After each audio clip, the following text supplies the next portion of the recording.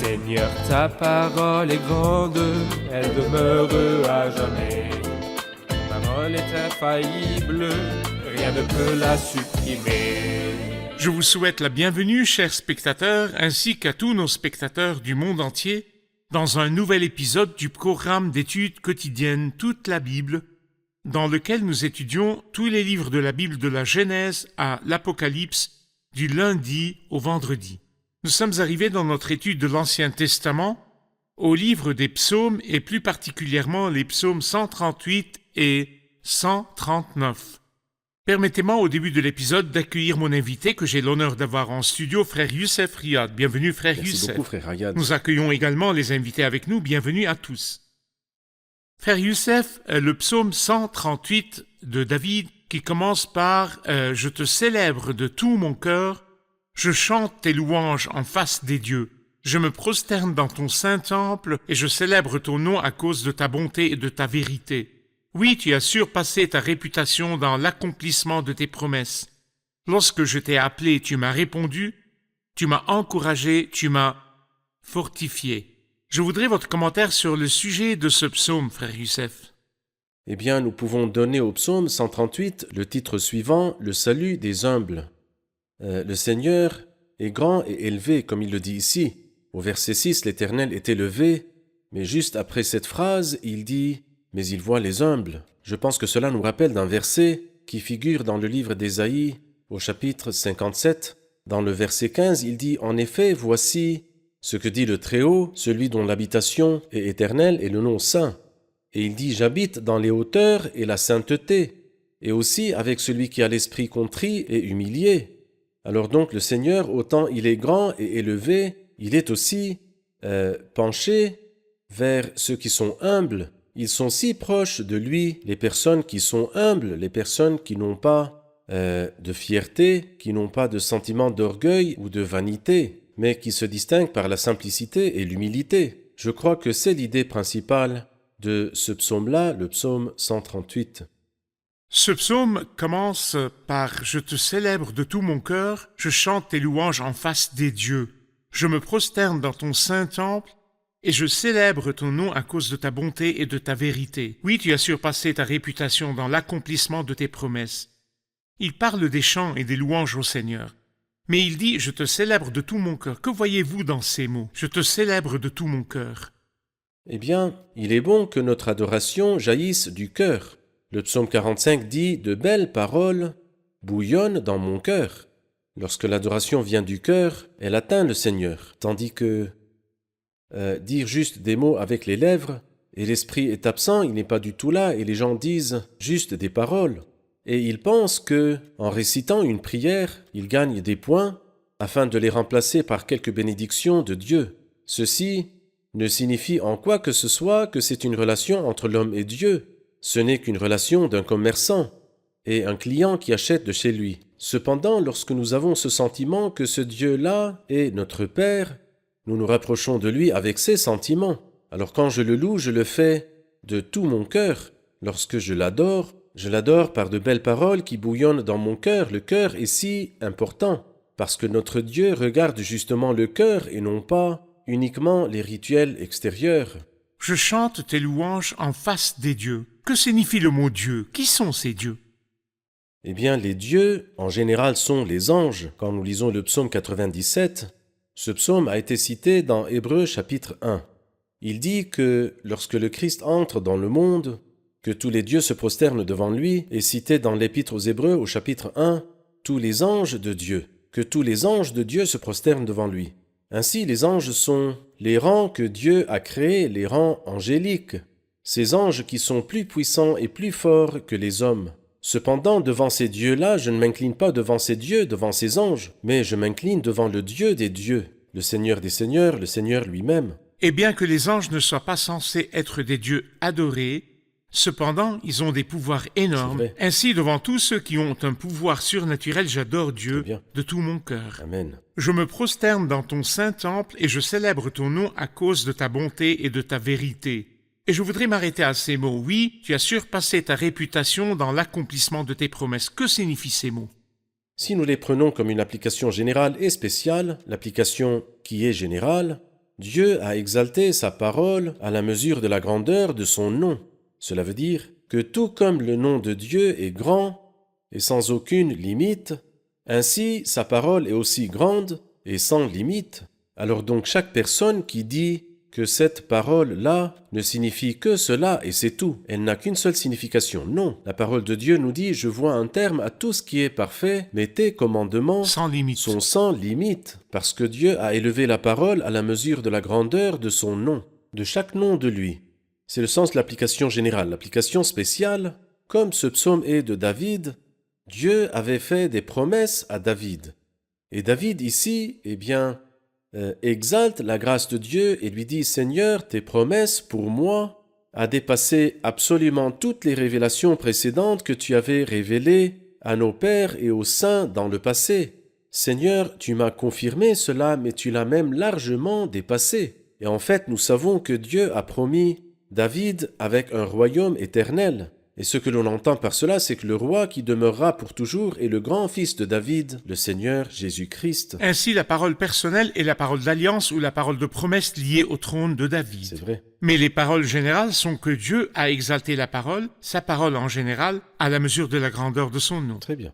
Puis il passe dans le verset 4, après avoir parlé de la louange individuelle, « Je te célèbre de tout mon cœur », au verset 4, il dit « Tous les rois de la terre te loueront éternel », à une louange communautaire, nationale, tous les rois de la terre. Comment et quand cela se produirait-il? Eh bien, certainement cela n'est pas arrivé jusqu'à présent, bien que certaines personnes dans leur chant disent que tous les rois se prosternent. Cela n'est pas correct, car jusqu'aujourd'hui cela ne s'est pas produit. Est-ce que ça va arriver? La réponse est oui. Dieu ne peut pas dire quelque chose et ne pas l'accomplir. Alors le temps viendra, dont il dit dans l'Épître aux Philippiens, chapitre 2, afin qu'au nom de Jésus, chacun plie le genou dans le ciel, sur la terre et sous la terre, et que toute langue reconnaisse que Jésus-Christ est le Seigneur à la gloire de Dieu le Père. Lorsque nous allons au chapitre 14 de Zacharie, à la fin de la prophétie de Zacharie, et Zacharie est appelé le prophète de l'espérance. Alors ce prophète nous a parlé dans son dernier chapitre de l'état heureux de la terre quand le Christ régnera. Il dit l'Éternel sera le seul éternel, et son nom sera le seul nom. Et ensuite, il dit que tous les rois monteront chaque année pour adorer le roi, l'Éternel, le Maître de l'univers, à Jérusalem. Ces paroles s'accompliront seulement quand le Christ régnera. Et lorsque Satan sera lié pour 1000 ans, lorsqu'il purifiera son royaume de toutes les causes de péché et de tous les pécheurs, tout cela doit arriver, mais en son temps. Il dit, c'est moi l'Éternel qui ferai survenir cela très vite au moment voulu. Et c'est pourquoi il dit en relation avec la louange collective, car la gloire de l'Éternel est grande, quand l'Éternel sera le seul Éternel et son nom sera le seul nom. Nous allons prendre une pause puis revenir pour une question du public. Chers spectateurs, je vous retrouve après la pause. Restez à l'écoute. Je crois que certains d'entre nous doivent aller vers Dieu dans la prière le lundi matin et demander son pardon pour être allés à l'église le dimanche. Nous devons prier en disant « Seigneur, pardonne-moi d'être allé à l'église hier. J'ai chanté des hymnes, mais pas avec mon cœur. Et j'ai prié différentes prières, mais il n'était qu'une formalité devant les gens présents. J'ai écouté la parole de Dieu, mais elle n'a eu aucun effet dans ma vie. J'ai également adressé de nombreuses critiques aux prédicateurs et aux fidèles, mais je ne me suis pas critiqué. Seigneur, pardonne-moi cette façon d'être allé à l'église. Je pense, mon cher frère, qu'une telle prière serait utile à beaucoup d'entre nous aujourd'hui.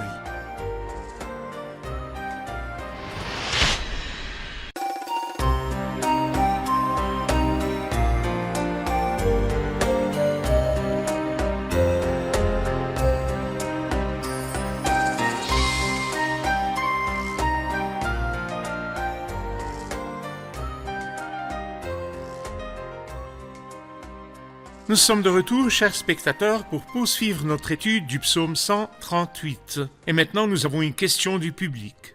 Le psaume 138, verset 6 dit « L'Éternel est élevé, mais il voit les humbles, et il reconnaît de loin les orgueilleux. » Que veut dire « il reconnaît de loin les orgueilleux » Une explication du verset 6, frère Youssef.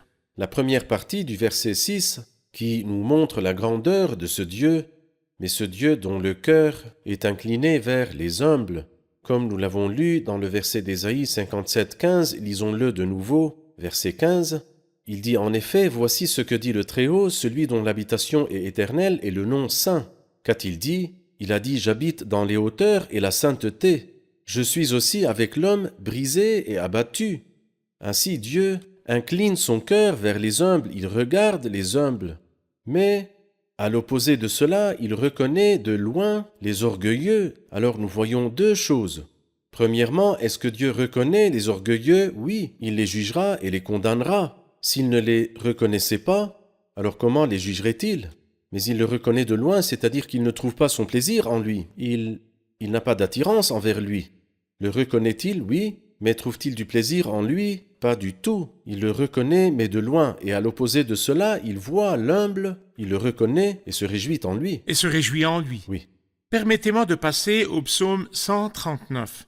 Ce psaume qui a besoin d'une définition de votre part. Quel est son sujet? Je l'appellerai Dieu que le croyant connaît. Qui est Dieu? Alors ce très beau psaume est composé de 24 versets et il s'agit de 4 x 6, 4 parties. Chaque partie est composée de 6 versets. Et nous pouvons donc appeler la première partie Dieu l'omniscient qui sait toutes choses. La deuxième partie du verset 7 au verset 12, Dieu l'omniprésent. La troisième partie qui va du verset 13 jusqu'au verset 18, le Dieu de la providence. Et la dernière partie qui va du verset 19 jusqu'au verset 24, le Dieu saint. Donc Dieu l'omniscient, Dieu l'omniprésent, le Dieu de la providence et le Dieu saint. Permettez-moi d'aller à la première partie du verset 1 à 6, Dieu l'omniscient.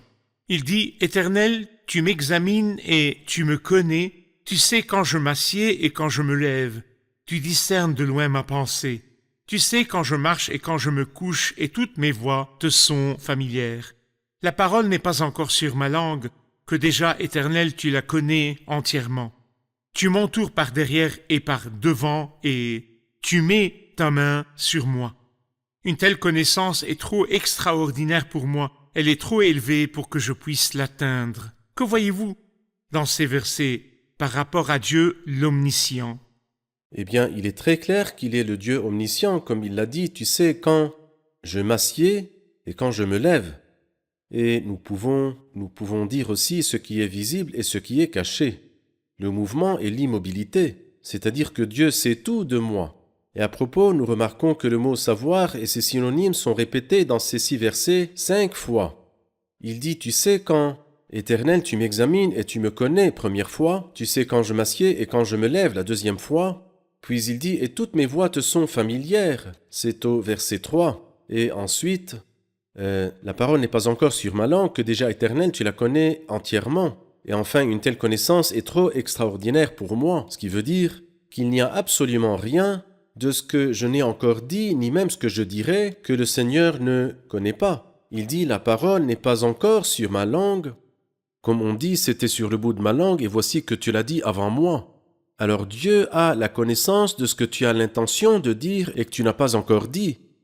La parole n'est pas encore sur ma langue, que déjà, Éternel, tu la connais entièrement, et aussi mes pensées. Ce à quoi je pense, tu discernes de loin ma pensée. Combien la connaissance de Dieu inclut toute chose. Par conséquent, ce serait tellement stupide d'essayer de cacher quoi que ce soit à ce Dieu. Il est dit du Seigneur, béni soit son nom, lorsque le Christ était dans la chair ici sur terre, que parfois, par exemple dans Luc chapitre 7, lorsqu'il était dans la maison de Simon le pharisien, et il savait ce qu'il y avait dans la pensée de Simon lorsqu'une femme de la ville qui était une pécheresse entra devant lui. Et aussi dans l'incident du paralytique qu'ils ont fait descendre avec une corde devant lui, et il savait aussi ce qu'il pensait. Et ici, il nous dit que celui qui connaît les pensées et les secrets est Dieu. Alors que voyez-vous dans ce contexte en relation avec la personne du Christ? C'est une preuve certaine de la divinité du Christ. Salomon a dit dans sa prière, il a dit, oui, toi seul connais le cœur de tous les hommes. Jérémie, chapitre 17, verset 9, « Le cœur est tortueux plus que tout et il est incurable. Qui peut le connaître? Moi, l'Éternel. J'explore le cœur, j'examine les reins. Et ici, Éternel, Jéhovah, Éternel, tu me connais, tu discernes de loin mes pensées. » Lorsque nous voyons que le Seigneur Jésus-Christ comprend les pensées des gens et ce qu'il y a dans leur cœur, donc c'est une preuve certaine et éclatante que le Seigneur Jésus-Christ est Dieu. devant la connaissance du Christ des secrets de la Samaritaine, elle lui dit « Je vois que tu es un prophète ». Et le Saint-Esprit déclare qu'il n'est pas seulement un prophète ou un homme, mais Dieu, le révélateur des secrets. C'est vrai. La deuxième partie de ce psaume, du verset 7 à 12, vous en avez donné le titre d'omniprésent. Oui. Où sont les versets qui nous disent que Dieu est omniprésent dans cette partie? Verset 7. Où pourrais-je aller loin de ton esprit? Où pourrais-je fuir loin de ta présence? Ensuite, il a ajouté quelques hypothèses. Si je monte au ciel, tu es là. Bon, si je me couche au séjour des morts, te voilà. Bon, si je prends les ailes de l'aurore pour habiter à l'extrémité de la mer, là aussi ta main me conduira, ta main droite m'empoignera. C'est peut-être à cela que pensait Jonas à son époque, quand il est descendu prendre un bateau en partance pour Tarsis jusqu'aux extrémités de la mer, au bout du monde. Il ne pouvait pas non plus fuir Dieu. Et finalement, il a dit qu'il n'y a pas d'autre moyen que de me cacher dans les ténèbres. Alors si je me dis au moins les ténèbres me couvriront, la nuit devient lumière autour de moi. Et même les ténèbres ne sont pas obscures pour toi. Alors même si je vais dans un endroit qui est sombre, quelqu'un a dit Dieu peut voir le chat noir sur une montagne de charbon. Et dans une nuit sans lune, Dieu le voit. Dieu voit toutes choses et sait toutes choses. C'est donc insensé même d'essayer de cacher quoi que ce soit à ce Dieu. C'est une sorte de stupidité quand Dieu a demandé à Caïn « Où est ton frère ?» Il essaya d'agir stupidement et s'est comporté à la légère. Je ne sais pas, suis-je le gardien de mon frère? Quand Dieu t'a demandé « Où est ton frère ?» ne le savait-il pas? Mais Dieu voit toutes choses et sait toutes choses. Il te conduit à la repentance. Alors quand Dieu te demande, n'essaie pas d'éluder de la question parce que Dieu connaît toutes choses. La première partie concerne donc Dieu, l'omniscient. Ensuite, la deuxième partie concerne Dieu, l'omniprésent, et il fait spécialement référence à l'esprit. Où pourrais-je aller loin de ton esprit? J'aimerais aussi avoir un commentaire avant de faire une pause sur ce que l'esprit veut de l'homme. Quand l'esprit de Dieu encercle l'homme et s'efforce avec l'homme en général, il lutte avec l'homme, que veut-il faire avec lui? Le faire parvenir à quoi? Eh bien, il veut le faire parvenir à déclarer qu'il est coupable, pour se réfugier dans le Sauveur qui est Dieu par le repentir et la confession, et pour son propre bien. C'est-à-dire, quelqu'un a dit « il est insensé de fuir Dieu parce qu'il te voit ». Et c'est aussi une folie de fuir Dieu parce qu'il veut ton bien. Ce n'est pas un détective ou un policier qui vient vous arrêter, il vient vous conduire à la bénédiction et vous accorder le salut. Si donc vous le fouillez, alors c'est une autre sorte de folie. Non seulement parce qu'il sait où tu es et qui tu es, mais parce qu'il veut aussi votre bien et votre salut. Car il sait ce qu'il y a en moi et quels sont mes besoins. Alors il me poursuit et m'entoure et, pour ainsi dire, me poursuit. C'est vrai. Non pas pour me condamner, mais il lutte avec moi pour m'accorder la vie éternelle quand j'accepte le Christ comme mon sauveur personnel. Nous prenons une pause pour revenir continuer notre étude. Chers spectateurs, je vous retrouve après la pause. Restez avec nous.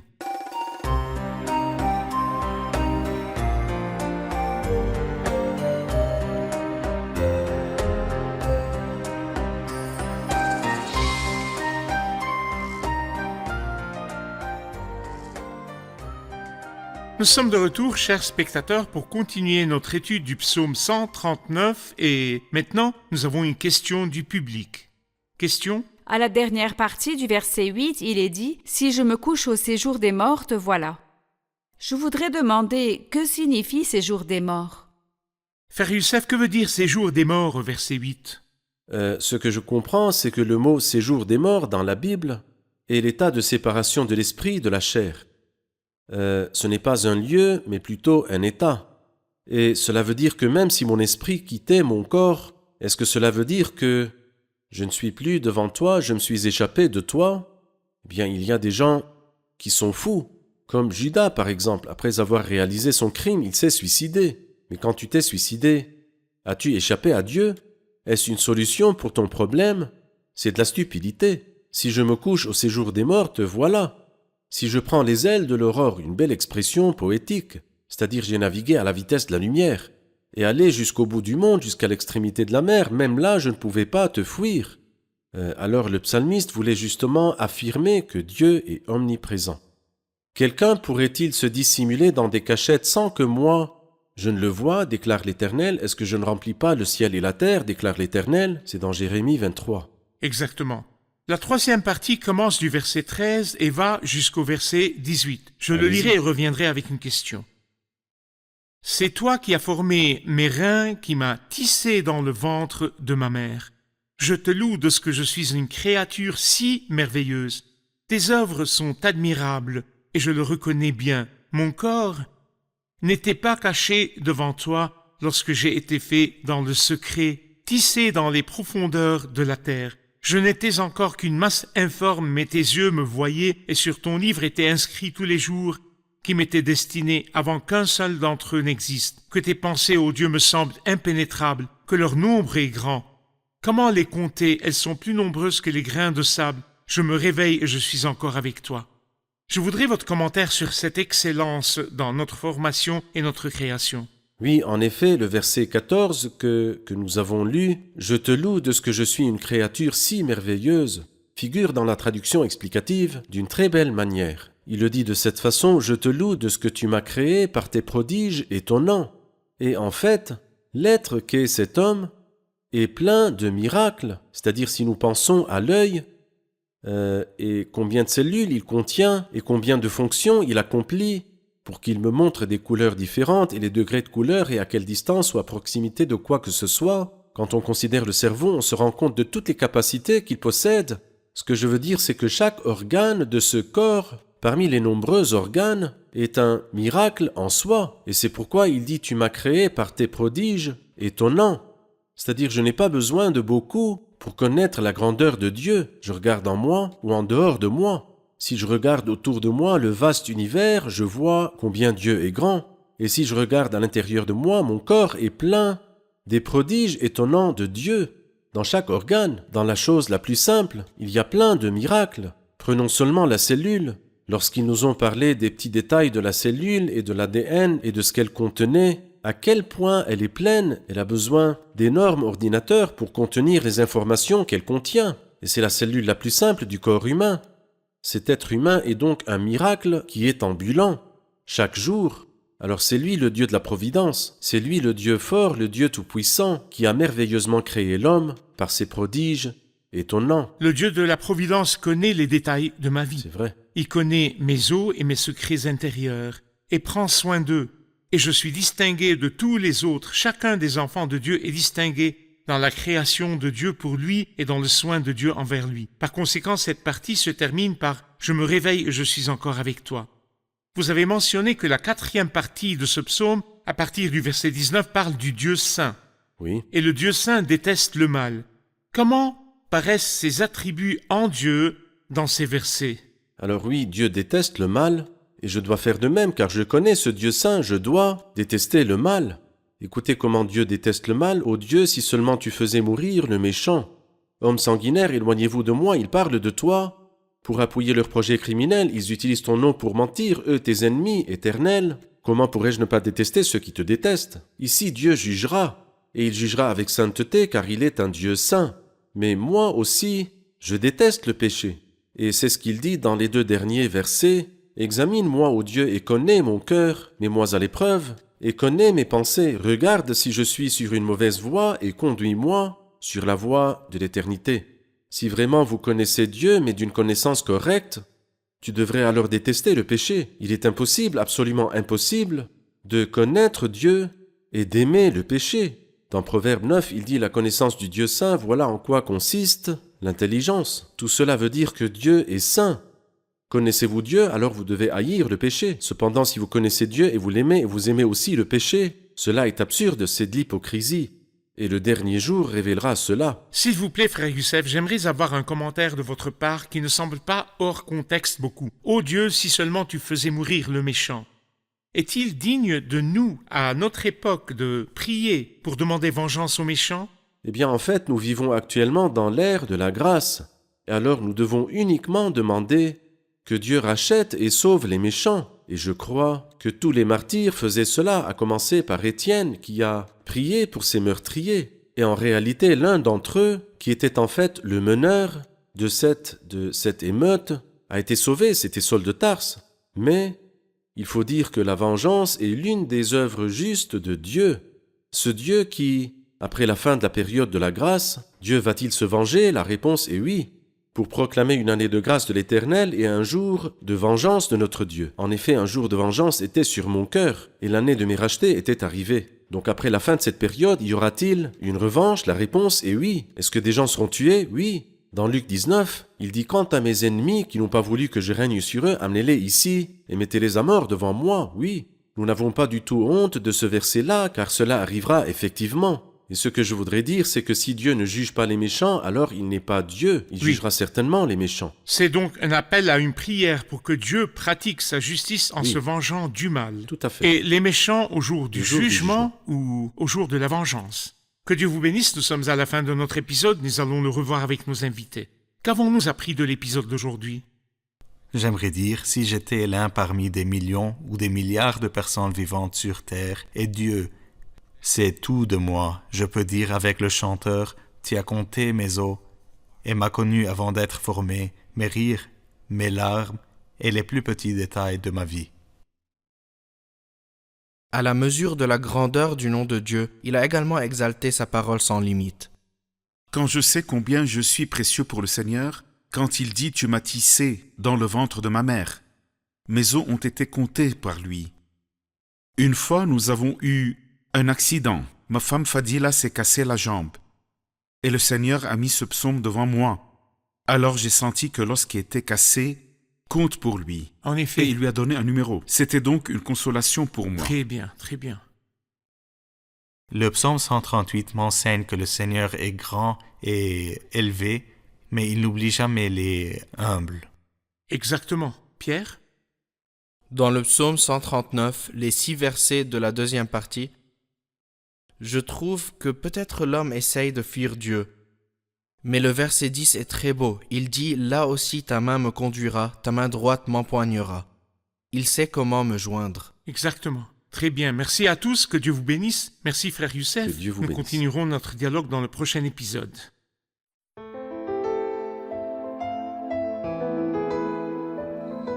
Seigneur, ta parole est grande, elle demeure à jamais. Ta parole est infaillible, rien ne peut la supprimer.